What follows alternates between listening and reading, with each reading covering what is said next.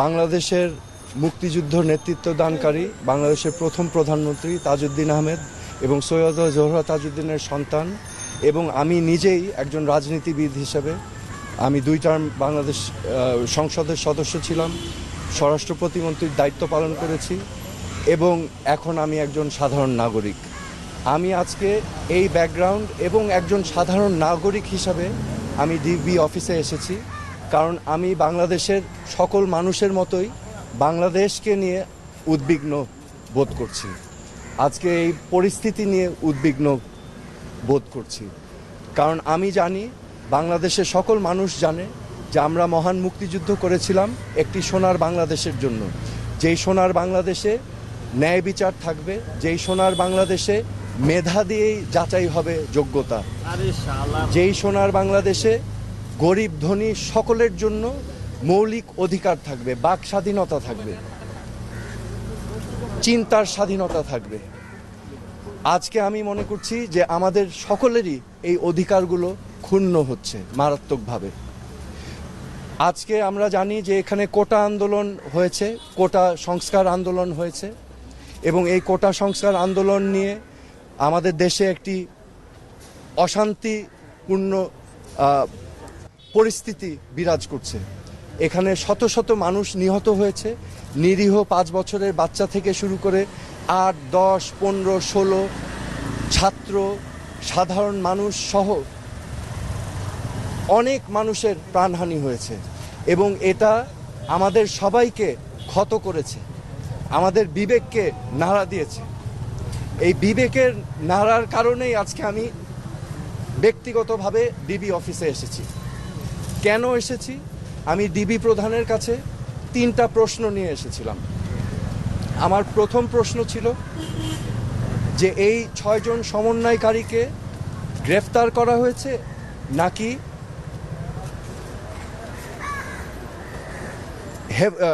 Safe কাস্টাডিতে নেওয়া হয়েছে। দ্বিতীয় প্রশ্ন, যদি অ্যারেস্ট হয়ে থাকে তাহলে আমার কোনো প্রশ্ন নাই, আমার কোনো দাবি নাই, কিন্তু যদি সেফ কাস্টাডি হয়ে থাকে তাহলে আমি তাদের সাথে দেখা করতে চাই। খামেরা তো দাগ হয় কিভাবে? এই যে ভাবি, দাগও যাবে রাগও যাবে, নিন চাকা সুপার হোয়াইট। ডিবি প্রধান আমাকে পরবর্তীতে ঊর্ধ্বতন কর্মকর্তার কথা বলে উনি আমাকে জানিয়েছেন যে এই 6 সমন্বয়কারী যেহেতু তাদের নিরাপত্তা নিয়ে উদ্বিগ্ন ছিল, সেই কারণে তাদেরকে সেফ কাস্টাডিতে নেওয়া হয়েছে। এই কথা শুনে আমি প্রশ্ন করেছিলাম যে আপনারা কিভাবে বুঝলেন যে তারা উদ্বিগ্ন তাদের নিরাপত্তা নিয়ে? তারা কি আপনাদেরকে জানিয়েছিল, রিকোয়েস্ট করেছিল? আমাকে তখন তিনি জানিয়েছেন না, ওনারা বুঝতে পেরেছেন মনিটরিং করে। সো যেহেতু তারা সেফ কাস্টাডিতে, আমি তখন রিকোয়েস্ট করলাম আমি তাদের সাথে দেখা করতে চাই। তো প্রতি উত্তরে আমাকে জানানো হয়েছে যে দেখা করতে চাইলে ঊর্ধ্বতন কর্তৃপক্ষের পারমিশন নিয়ে আমার দেখা করতে হবে তাদের সাথে। আমার তৃতীয় প্রশ্ন ছিল তাদেরকে কখন সেফ কাস্টাডি থেকে মুক্তি দেওয়া হবে। এই প্রশ্নের জবাবে তিনি বলেছেন যে ঊর্ধ্বতন কর্তৃপক্ষ যখন ওনাকে নির্দেশনা দিবেন তখনই ওনাদেরকে ছেড়ে দেওয়া হবে। সো আমার প্রশ্ন এখন, সেফ কাস্টাডি আমার জানা মতে একজন নাগরিক যদি রিকোয়েস্ট করে তাহলে সেফ কাস্টাডিতে নেওয়া যেতে পারে, কিন্তু রিকোয়েস্টের বাইরে যদি কাউকে সেফ কাস্টাডিতে নেওয়া হয়, এটা কি আসলে সেফ কাস্টাডি না এটা অ্যারেস্ট? তো এটা হচ্ছে আমার প্রশ্ন।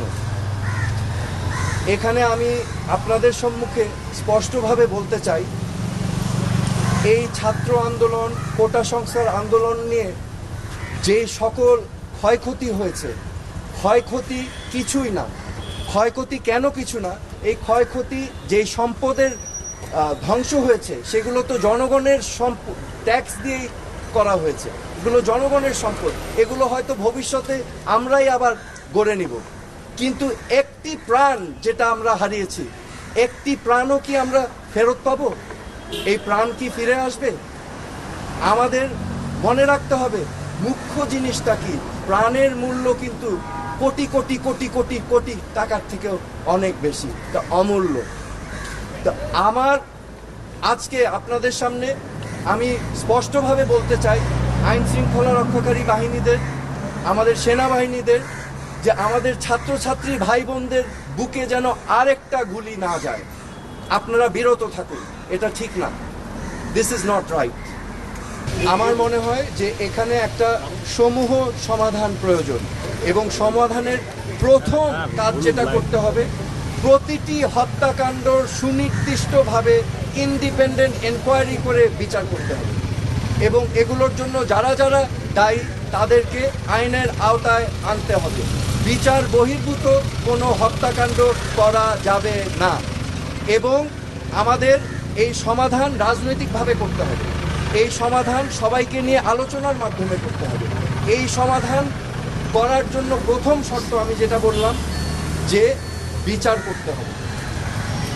এই প্রাণহানির, প্রত্যেকটা প্রাণহানির বিচার করতে হবে, এবং যারা এটার জন্য দায়ী তাদেরকে আইনের আওতায় আনতে হবে। তারপরে আলোচনার মাধ্যমে সমাধানের জন্য আমি তীব্র নিন্দা জানাই এবং প্রতিবাদ জানাই। শিক্ষার্থী ভাই বোনদেরকে গ্রেফতার করা থেকে বিরত থাকার জন্য আমি আহ্বান করছি। শিক্ষার্থীদের জন্য আমার মেসেজ আছে, আমাদের ভবিষ্যৎ স্বপ্ন যেন বিনষ্ট না হয়। আমাদের বাংলাদেশ আমরা লক্ষ লক্ষ শহীদের রক্তের বিনিময়ে আমরা অর্জন করেছি। এই দেশটা তোমাদের, এই দেশটাকে তোমাদেরই করতে হবে। This is your responsibility. Do not lose hope, okay? এবং সামনের দিক ভালো দিন আসবে, কিন্তু এখন কষ্ট করতে হবে। হোপ, আশা ছাড়া যাবে না।